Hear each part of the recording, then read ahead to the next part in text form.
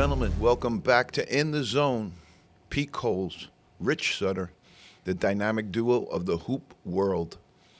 We call this RSPN. A little different than ESPN. Something Pete and I started a while back now. Yeah. 109 shows, folks. 520, 925 in Westfield, Massachusetts here today, and we are coming to you live. A lot to talk about, a lot to go over, and just wanted to start off the show with our usual mea culpa to thank our zoners, thank everybody for tuning in. We did great numbers last week. Keep it pumping, folks. Share it. And we want this to be like a Fabergé organic commercial. You share it, they share it, everybody shares it, and then we get it out because we think what we're doing here is pretty good. And we're coming up on our draft, which is very exciting for Pete and I. We're going to get rocking and rolling on our draft and keep you posted because we've got some in and outs. The NIL has created a little bit of a different environment right now, Pete. And that little bit of a different environment is it's where you would normally see a bunch of players going into the draft, staying in the draft, and going undrafted, plus losing their eligibility to go back to college. There's now a deadline. June 15th, people, keep your eye on it. The deadline is for the early withdrawal entries, okay? So the people who went in as juniors, sophomores, freshmen, not seniors, anybody who went into the draft early, they have till June 15th to take their name out of the draft, okay? So keep an eye on that list. Right now, that list is growing exponentially of people who are in and people who are out. And I can report to you at this time, at least a very, very little bit of this that I've dug into, that ins are much lesser than the outs right now.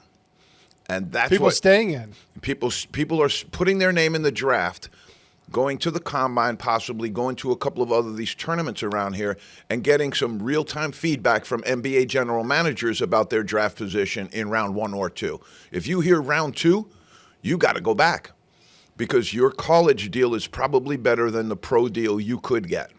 And there's a chance you can move up into next year's draft. If you hear your late first round, right now, the way the dollars are being thrown about, I think you're going to go back as well. So the list of people who are out of the before the deadline is significant. And Pete, I do want to bring up one other thing is that I think the timing of this is significant as well. More and more people are taking their name out earlier because it's increasing their negotiation power back at campus. Okay, so you're in the NBA draft. I'm in. Coaches from your school or coaches from other schools are calling you with offers. If you come back to college, we've got $1.5 million for you ready to go if you return. If you wait and go all the way to June 15th, I'm not sure that number will be 1.5.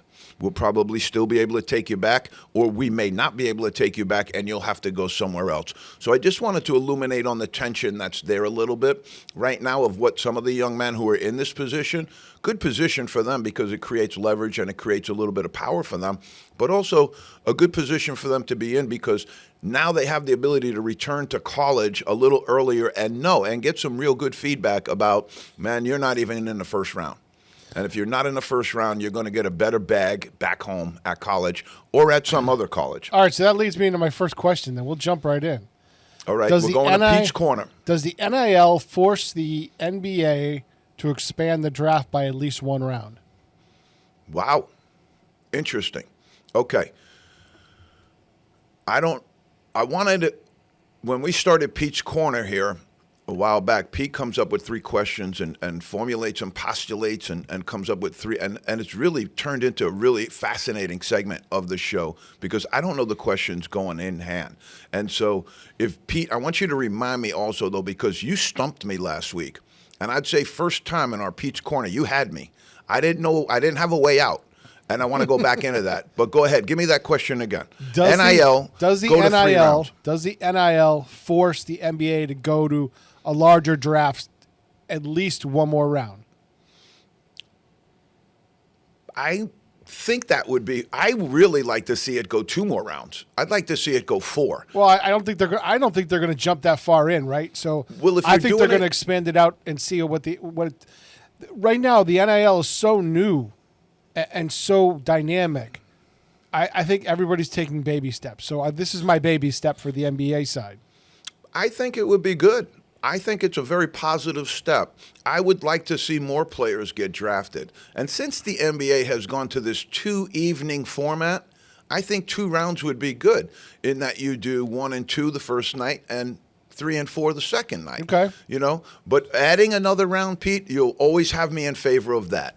Because I think for the longest time they had 10 rounds. They went to 7. It cut it down, they cut it down, they cut it down. 10 rounds, I think, might have been a little bit too much, but I know some guys that got drafted in the 10th round, and that was something they could always say. It was something they could always share with people. It was kind of a resume builder for a young guy that was just coming out of college. Hey, I got drafted by the Celtics in the 10th round of the NBA draft. That makes people sit up and notice. So I think some of that's gotten away, and I would love to see it come back, Pete. So I do really like that question, and I think you're spot on. Does the NIL create that? Is the real crux of your question. And I think what the NIL is doing is always advantage NBA, Pete. The NBA sure, yeah, they're never pinnacle. loses, yeah, right? Yeah. That's why you got the one and done. The NBA wanted one and done. The NBA never loses, okay? So did they have something to do with it?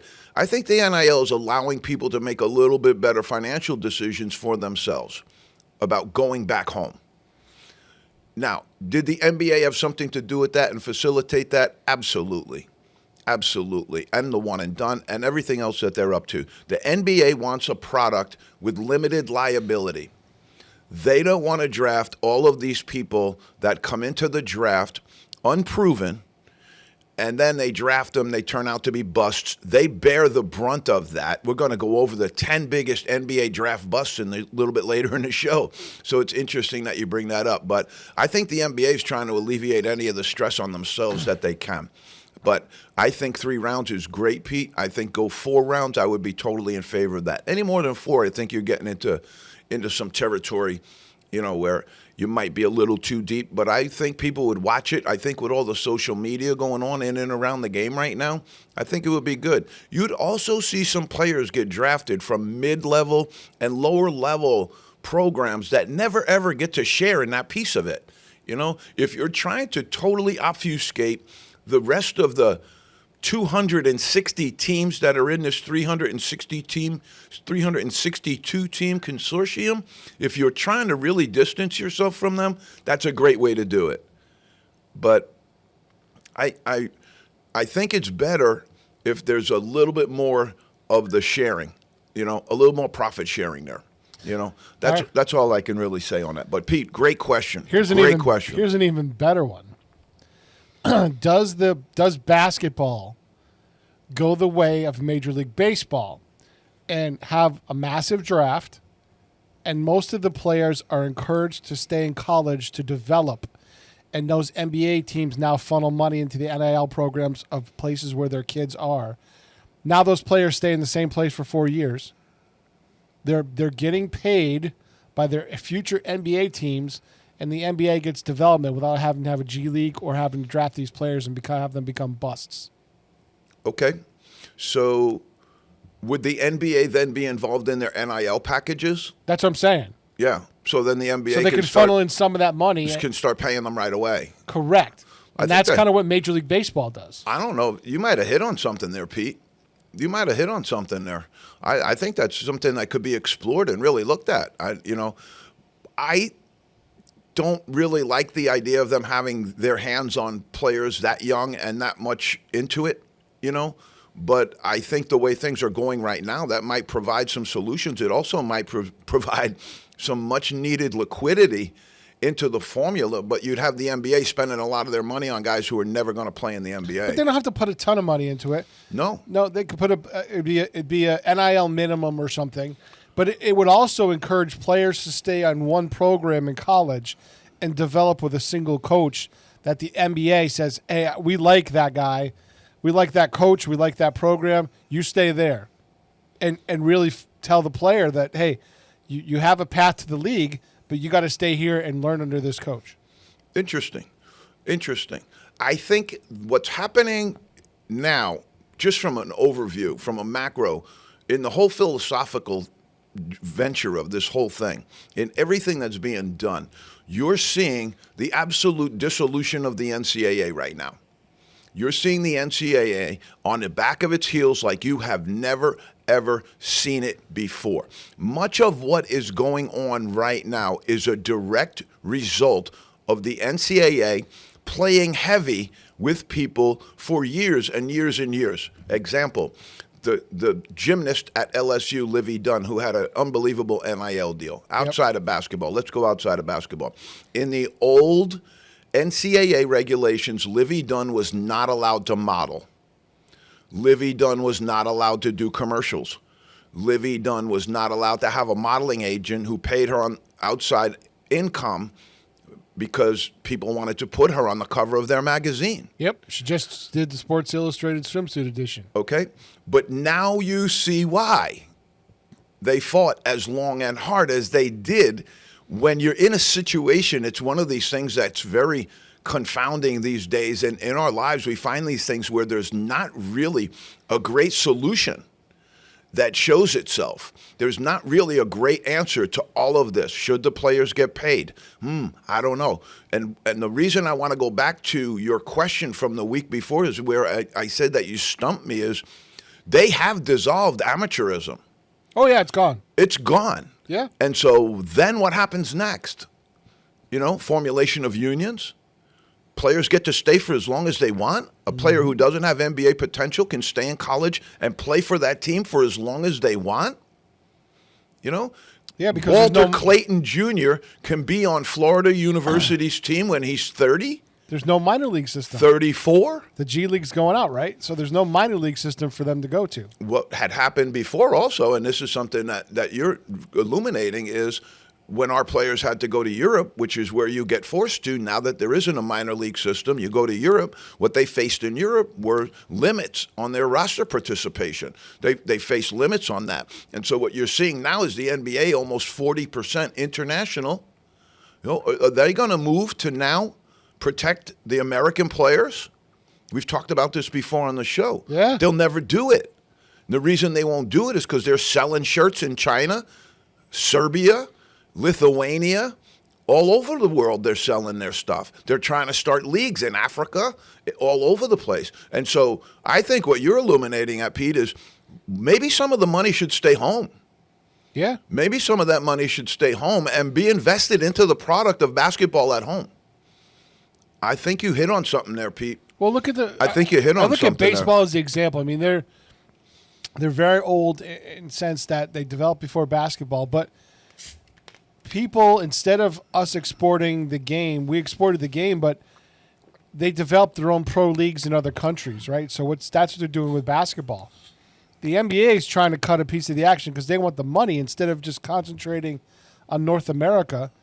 They want to go worldwide, and football is the outlier because football is a uniquely American sport where they've tried to develop pro leagues in other countries, and it just doesn't work, right? And what they call football here, they call football in Europe is soccer. Right. Well, they call it American football. One of the things I would pick up on there, just from this brief stuff, is because sometimes your questions are great and there are a lot of depth to them, and things kind of hit me as we're rolling through them. I think the basketball roster size might have something to do with that as well. Where a baseball roster size probably 2.5, 3 times larger than a basketball roster size. So they can put guys all over the place, put them in the minor leagues. And I had friends back home that used to come in our softball leagues, back home, and they had played in the minor leagues. And they had a great experience down there. I worked with some coaches that played in minor league baseball. My former mentor, Jack Curran, was a former minor league baseball player and talked about being in some great cities and around the country. And I think that stuff, if what you and I talk about on this show has any consequence, is there going to be a consequence? I think what you're going to see is people start to return more to grassroots. I think people, rather than going to the Celtics game, might go watch Harvard play. I think people, rather than go and seeing the Bruins play, they might want to go see the Beanpot. I mean, that's very, very well attended anyway. But they may just start to return, I think, more to a grassroots level. I think you're seeing that in media. And if that happens in sports, I think it'll be really exciting too. But 2 in a row, Pete. 2 in a row. You might have hit on something there in question 2. Let's go to 3. All right, 3. I've been kind of contemplating this. Would basketball kind of go the route that football is going and develop their own sanctioning body in college basketball and have conferences that are basketball-centric instead of football-centric. Because right now, to register a conference, you need 8 football teams. That's the only requirement. Yep. Basketball doesn't mean squat. And then you have, conferences that have established themselves and been grandfathered in that don't have football at all. Big East doesn't really have football. Yeah. Some of them have football teams. UConn has a football team. Some of them have football teams, but the Big East doesn't have Big East football. And so I think what occurred has now created a position where Power 4, football and basketball, are going into a separate basket in terms of everything, in terms of revenue, in terms of all of that. Now, the bigger question is, and we can get into the back part of what you said earlier last week, right now, is what do you do when you killed the golden goose? Yeah. Amateurism. You killed it. It's gone. That was the whole buttress of your whole position, was that you were amateurs, and now you're not. And so what does that mean? And that's where Pete caught me last week, because I got to do some thinking on this a little bit. What does that mean? Where does it go from here? And if you are trying to make some sense of this, add some revelation to it, or even just kind of execute a better plan for this, how do you do it? Where do you go? Especially with as much changing that's going on right now. Now, again, the White House says they're going to stand down and not jump into the commission. We're going to let Congress take it up as well. So I think there's going to be some stuff that comes down the line here. But when you now put it into the hands of Charles Baker, Congress, the White House, commissions, I think you're going to get the result that we've seen before. And I think that's one of the things that's just prevalent in this country, is that we're very, very solution adverse right now. We don't seem to be able to forge solutions with anything. We can cite it out. We can complain about it. We can put the problem right on the plate like we do almost every single week here. But there's very, very little way to execute and craft solutions, because it's in the hands of fearful people. It's in the hands of people who don't have courage. It's in the hands of people that don't trust people. And they craft their solutions based on fear rather than love. It goes back to the old question with everything about governance, Pete. Is it better to be loved, or is it better to be feared? And right now, where they're at in the basketball world is they chose fear. They chose absolute spreading of fear into the atmosphere. They're spraying it in.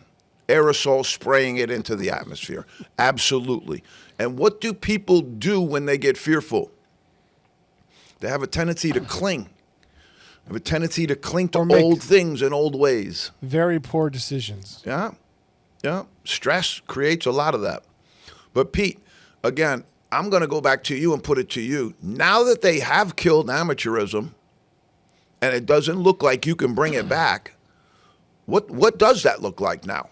So I think in the basketball world, I think the system that I talk about, where very similar to baseball, where you draft a player and leave him in college, let him play his college career out, get better, get stronger, get faster, get whatever, and now you're more like, you're never going to get a one and done again per se. I mean, there's going to be obviously exceptions to that rule, but you're not going to get one and dones.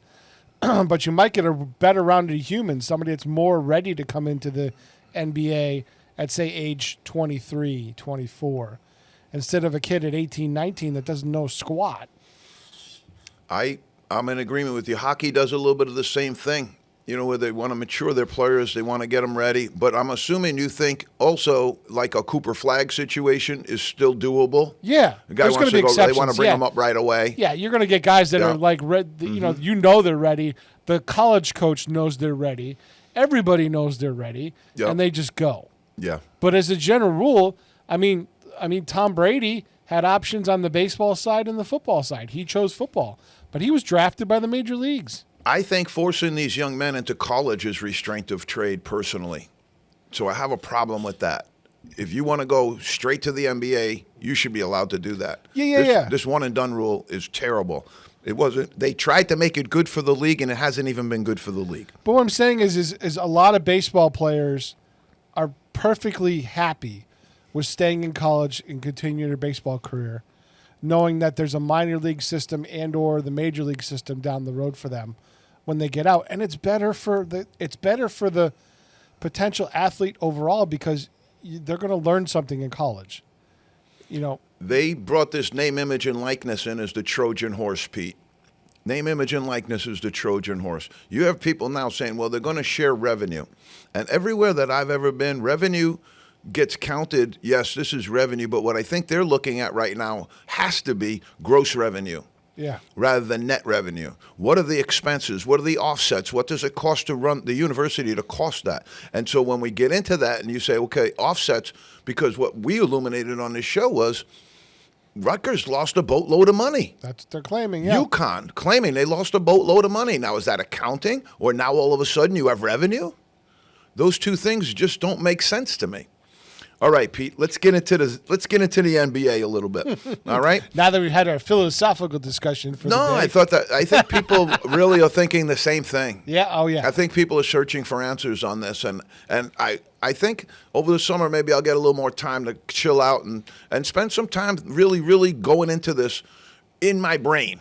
Like really, really going into it, because right now where I am is topical. I hear what I hear and I deal what I deal with, but that's not me sitting there with books and websites and stuff, really climbing into this stuff, finding out how we got here. I know some of the lawsuits originated out in California, and I get that. There was also a lawsuit years ago with Ed O'Bannon who sued, and that lawsuit was hung up in court for years and years and years. I don't know. We'll see. I think what you could also talk to, if you're going to start to look at this whole thing, you're going to have to also look at coaching compensation at one point. Yep. What are the sources of that money? Where is that money coming from? And why is the universities and colleges able to offload that into all of these other entities? Okay? You're talking about foundations, where they list the salary of the guy from the University of Nevada, Las Vegas, because it's a state school. He's making, $1 million on paper, and then with everything else, it's $5-6 million, and all of that money comes from all of these other different places. I think they're going to have to look at that as well, too, because that's kind of was a little bit of the argument for this. Coaches can leave anytime they want and take a new job, make more money. Why can't a kid leave a school, go up, and make more money as well, just like the coaches are doing? So that's where a whole little bit of this was settled. It started there. That's where the spark ignited. It also gave them a pretty sound argument to jump on and say, why can a coach leave anytime he wants, but a player has to leave and sit for a year? Now they had these crazy rules. I don't even know if these still exist. I'd have to look at it. But you can go down and not sit. So if you were Division I, you can go to Division II and not sit. You can go from Division II to Division III and not sit. But you're a great player like Duncan Robinson was at Williams College, has to go now to D1, signs with Michigan, has to sit the year. Now, I think that might have been terminated, but that's some of the other stuff the NCAA was doing that just didn't make sense. You have to be equitable, and you can't have all of these different arrangements. And you say, well, if you're going to start paying everybody and those schools aren't able to really put together a formula for where the revenue comes from and where you're actually getting your money and how much money you're actually making and what goes into this formula, then you're just going to be, because what's going to stop everybody from doing it? Yep. Should Division II schools get paid? Should Division III schools get paid? Should field hockey players get paid? Because they're all part of college athletics. Yep. So if we're saying then that's what I said all along. You can't pick and choose the amateurs. Pay them all. Yeah. If we're gonna say that they deserve to be paid, okay, it can't just be for the ones whose accountants say we made revenue. Just can't happen that way. It can't be that subjective. All right. Here we go, Pete. Here's your dates again. Early withdrawal, June 15th, they got to be out. The dates for the draft are June 25th and June 26th. I just wanted to jump in on that a little bit also. I'm doing my draft stuff now, and I'm in the middle of it. Believe me, I got paper flying all over my house. I got yellow pads. I got stick-em notes. I got everything. I don't think this thing's as big as everybody said it was. Everybody's got all of these guys. I see several busts at the top of these lists right now that I sit there and say, I wonder what they're thinking. And everybody's saying that this draft is going to be, I don't see it. This draft is going to be nowhere near the draft of several years ago that Victor Wembanyama was taken one. Go back and look at the top 5 there with the Thompson twins in there. Just go look at that draft and go all the way down 1 through 15 and tell me that you have Victor Wembanyama in this draft. Who's your Victor Wembanyama? You don't have him. Okay, you don't have them. And you're saying, well, we have the depth and we have this. You really don't. And I really believe that so much of this has been pushed off into what I call geek world, that there's not basketball in it anymore. They're just taking algorithms, numbers, punching them together and saying, this guy's the number 2. Can't miss number 2. I think you're number 2 that everybody's prognosticating about, nowhere near number 2. Number 3, number 4, I'm sorry, fellas, but I think you really missed the boat on this one. We're going to have some people on to talk about it, but when the draft occurs, we're going to put ours out first, all right? And we'll lay out for what we did. Last year, we had Zach Edey, number 1. We had Donovan Clingan in our top 10. We also had several other players. We told you years ago Tyrese Halliburton was going to be a star in this league. So when we give you something, it's not like ironclad, but it ain't bad either. All right, there's your draft dates, 25th and 26th for the actual draft. I believe it's in Barclays again. Okay, the Nuggets have selected David Adelman to lead the team forward in the future. Michael Malone, Calvin Booth, general manager, a little bit of sideline action, a little bit of fisticuffs maybe, a little bit of bumping and grinding in the paint, couldn't get along. They gave this guy 4 games of the regular season and the playoffs to see how he could do running the team. Took the OKC Thunder to Game 7 in round 2, and the Denver Nuggets have given David Adelman the job. His father was an NBA coach as well for the Kings and many other teams as well. One thing he said in his press conference, which struck me, I don't know that he's going to be around too long if he keeps this stuff up, but I liked it. I don't know if the guys in the locker room are going to like it, but he said he wants them in much, much better shape than they have been. He wants that team to be in much better physical shape than they have been. That's the kind of NBA coach or hockey coach or baseball coach. Those are the kind of guys that usually get fired quickly. You know, the NBA is a players' league, as they call it. What they want to tell you is it's a not work too hard league. That's what they really is. It's not, we don't want to work too hard. That's exactly what it comes down to. We want to make crazy, crazy money, but we don't want to be around for the rest of it. Holy historic Halliburton. We gave you his name long ago, Pete, out of Iowa State, the Cyclones. He had a Game 4 performance against the Knicks, which was historic. All right, 32 points, 15 assists, 12 rebounds for a triple-double in a playoff game while having 0 turnovers. One of the absolute best floor games I've seen from an NBA, NCAA player in a really, really long time. I mean, the computer was humming in Halliburton Haven that night. Every decision was pure. Everything he did was right. He's leading that team. He's a 6'8" point guard. I got to be honest with you, though. You NBA guys, you really don't get it, do you? All right? Because you got 2 guys in the league, Halliburton, who going to the finals, and they're most likely going to the finals, but now we know that the Thunder are going to the finals with their mercurial superstar point guard, Shai Gilgeous-Alexander, MVP of the NBA. Now, I'm going to give it to both sides before they go, and I'll give it to the Knicks even before they get eliminated, which is tonight, most likely. Back in the Garden, though, if I was a gambling man, I'd say you might want to look at the Knicks, but based upon what happened in the Wolves-Thunder game last night, you may not want to look at it because it could just be over. Could just be over. But what I'm saying there also is this is defense, okay, folks? High pick and roll is what's killing both of these teams. Halliburton and Shai Gilgeous-Alexander, high pick and roll with the big man, all right? Here's how you solve that, okay? the guard who's killing you. He's the guy who's killing you. The big man who's rolling isn't killing you. The spot-up players on the wings aren't killing you. You need to make sure that that guy never, Halliburton or Shai Gilgeous-Alexander, in a pick-and-roll situation, you have to make sure that they never get downhill. As soon as they get downhill, turn the corner, you're done. You're done.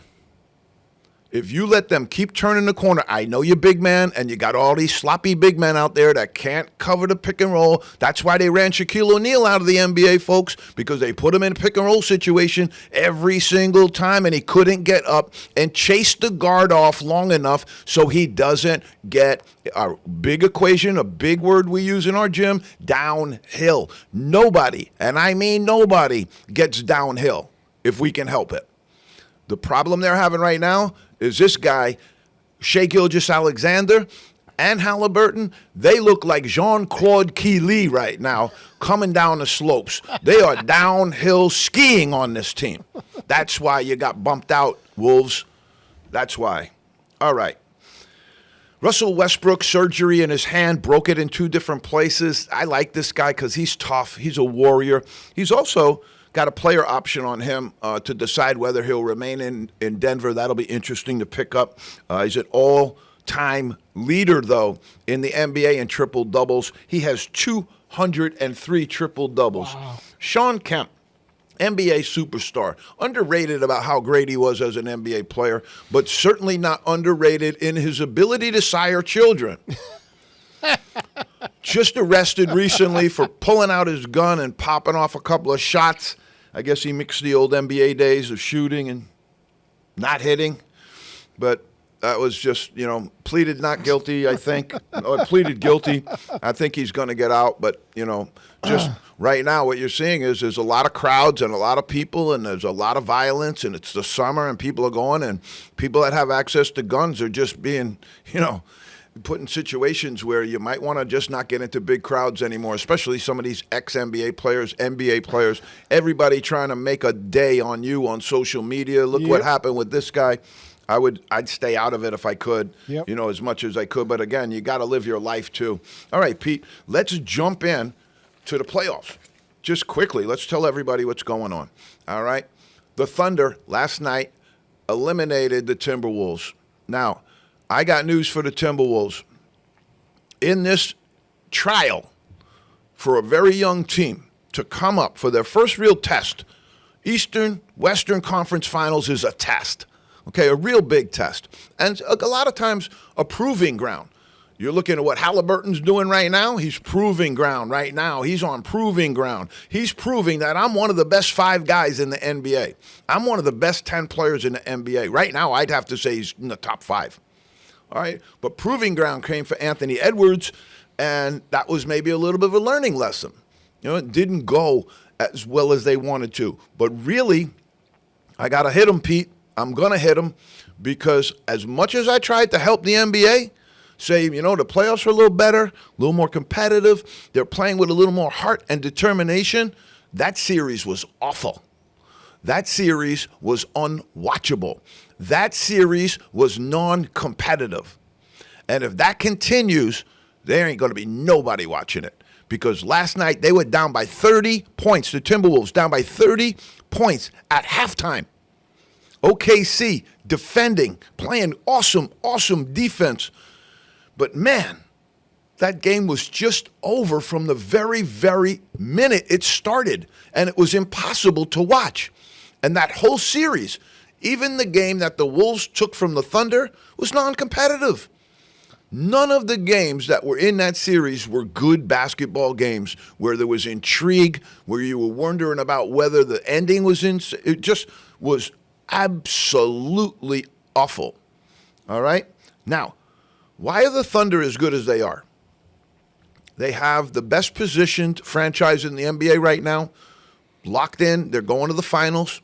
And they they have 4 first round and second round draft picks coming up. They've got a very, very bright future.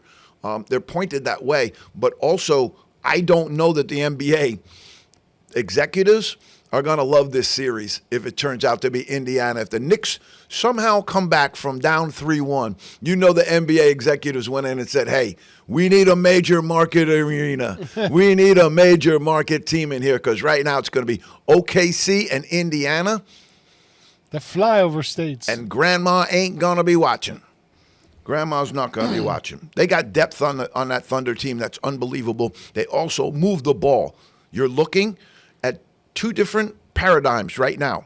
And the Knicks are ball control. It's all about Brunson, all about what he does. Everything flows off of that. It's awful, difficult to watch, and it's really, really not good basketball. I'm a little surprised at them personally.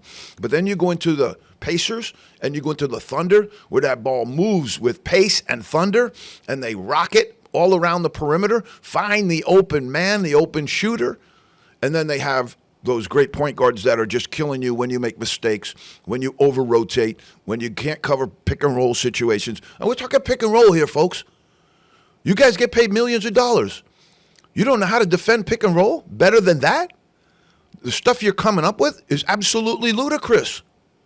We're going to rotate here. We're going to shift over here. We're going to do this and that, and then we're going to give up a layup.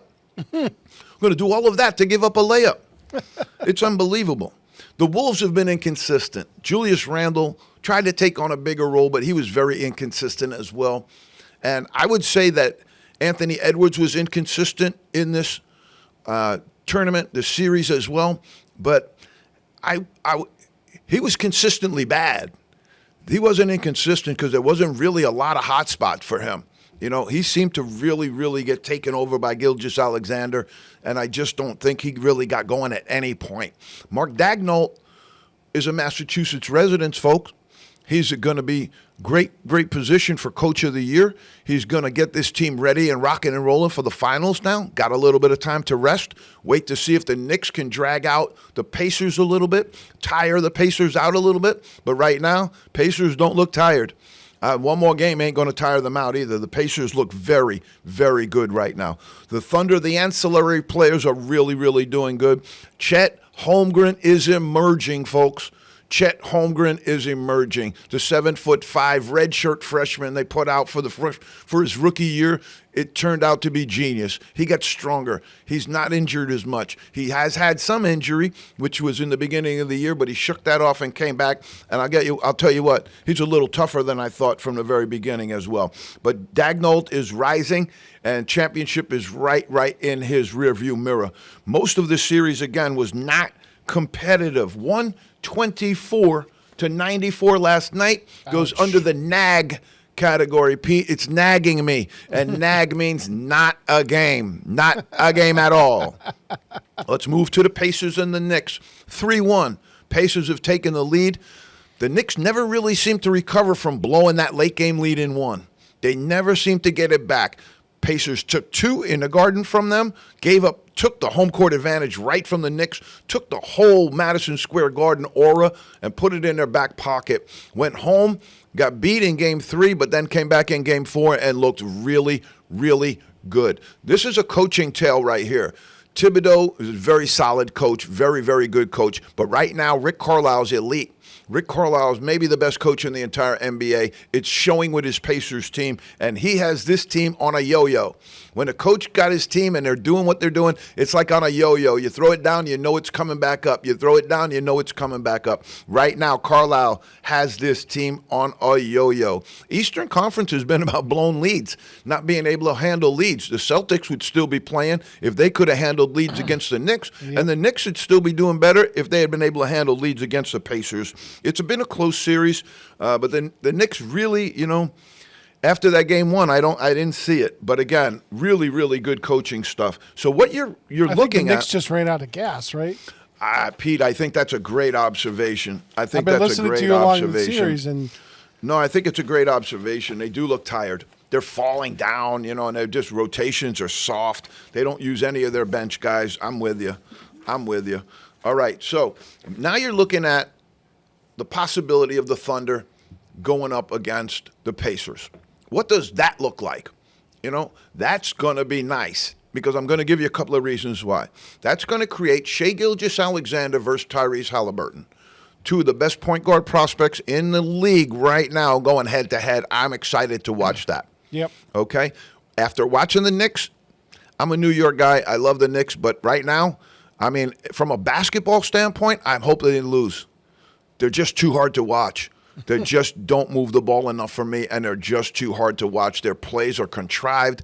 They're just not great, and I just don't see it. But right now, you know, the Pacers are doing great, and I like good basketball, so I think you're going to see SGA go up against Halliburton. Boom, boom, I love it. You're going to see Pascal Siakam get a great matchup in that Thunder series as well, you know, with with the Thunder, with Holmgren. You know, so you're going to see some bigs going at it there as well. There's some really good ancillary players, as I talked about. Nesmith for the players.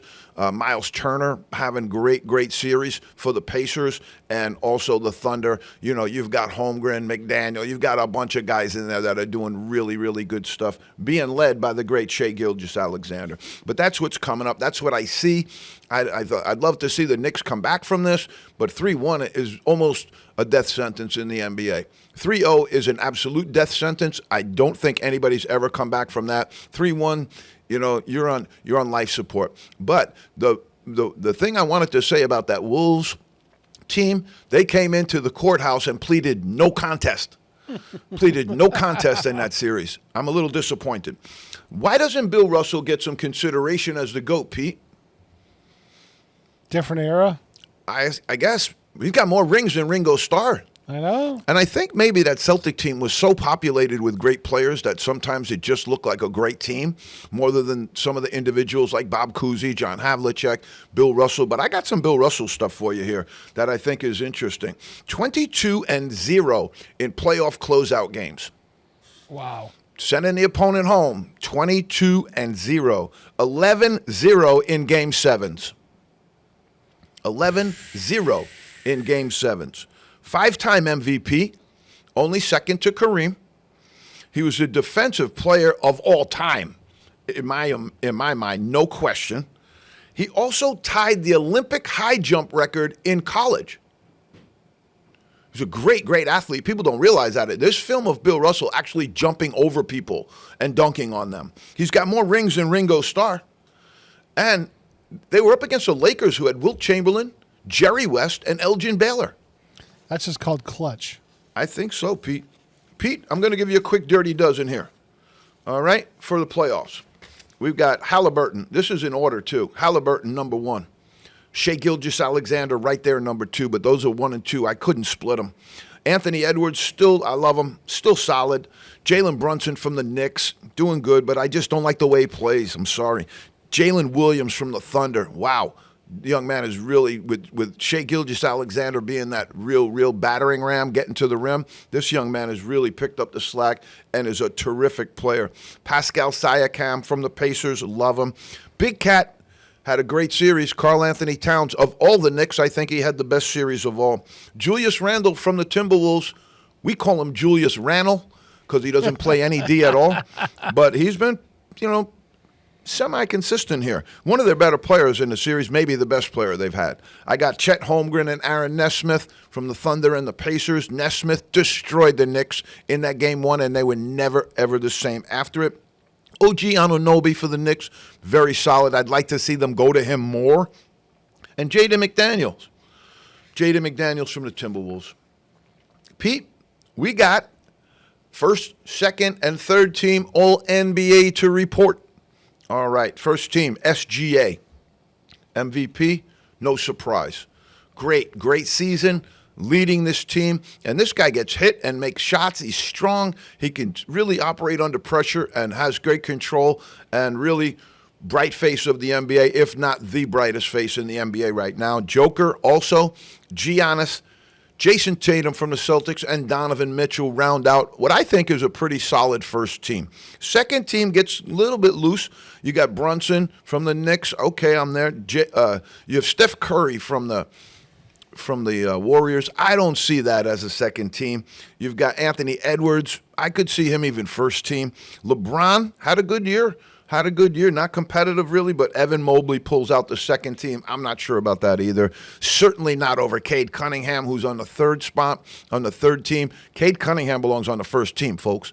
He pulled that Pistons team out of dead freaking last, put him on his back, and they rode into the playoffs and gave the Knicks a really good playoff shot. Cade Cunningham got hosed. Halliburton got hosed. Are you kidding me? Halliburton belongs on the first team, folks. First team. All right, James Harden on the third team. Good year for James out in Clipper land. Karl Anthony Towns from the Knicks, as aforementioned, and Jalen Williams. All right, Pete, here's some guys that got left off the team. That was a little bit, surprising. I don't know. Maybe. You tell me. Luka left off. Not first team, not second team, not third team. Luka, see you later. Tyler Herro. Well, that's what happens to get lost in the hinterlands of Luka. I think they did get lost on that trade a little bit. Tyler Herro from the Heat. My God, what a year he had.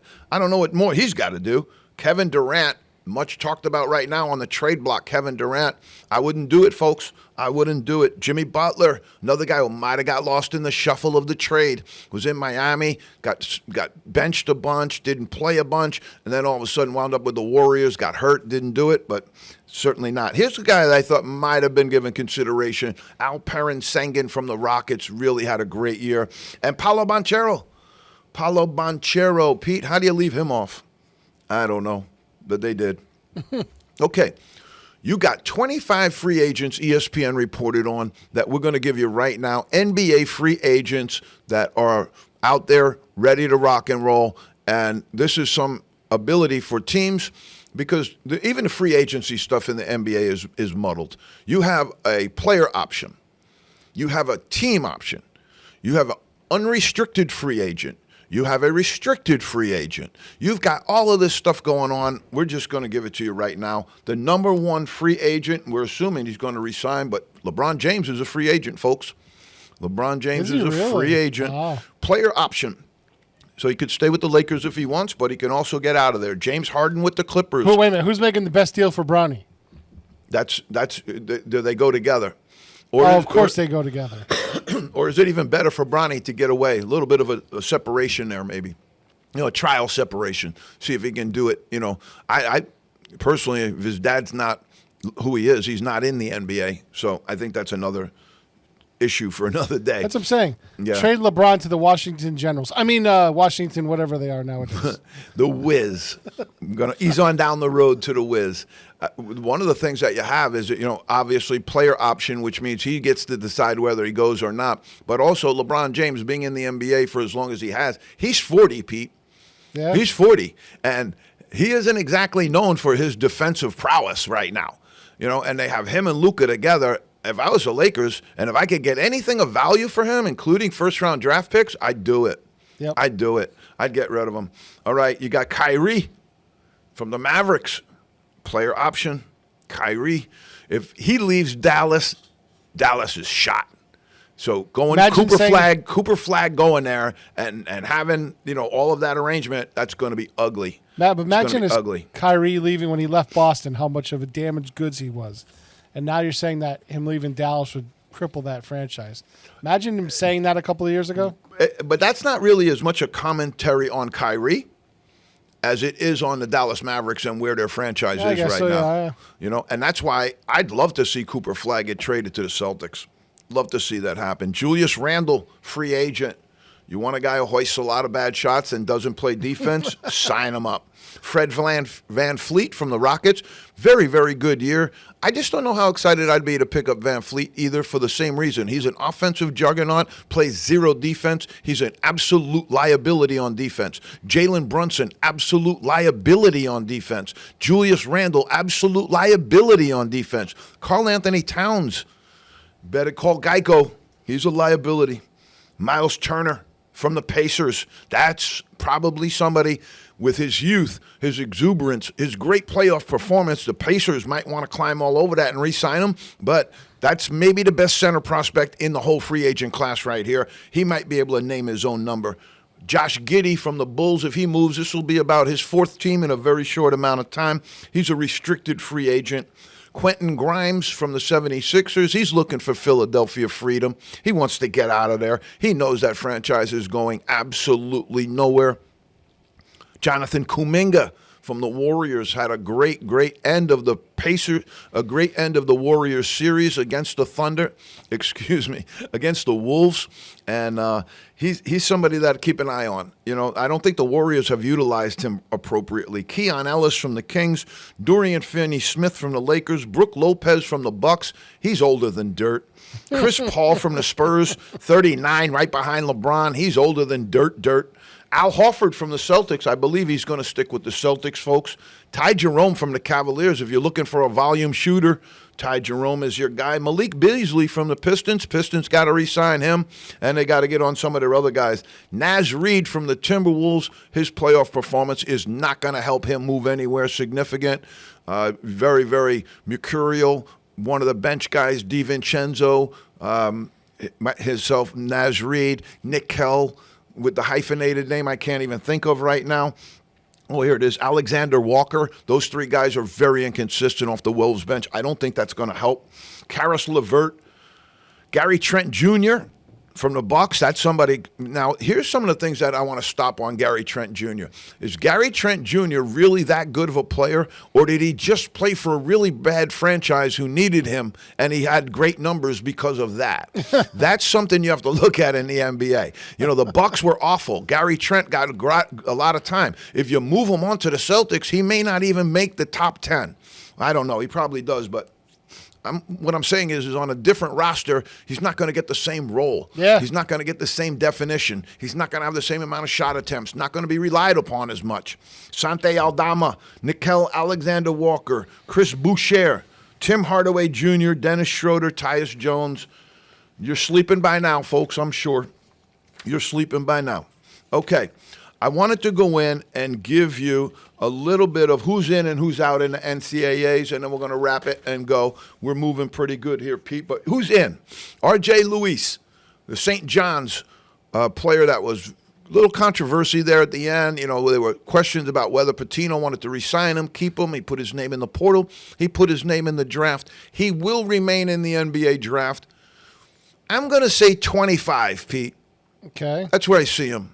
25 to 30 range. First round. I think he's a first rounder. Cedric Coward.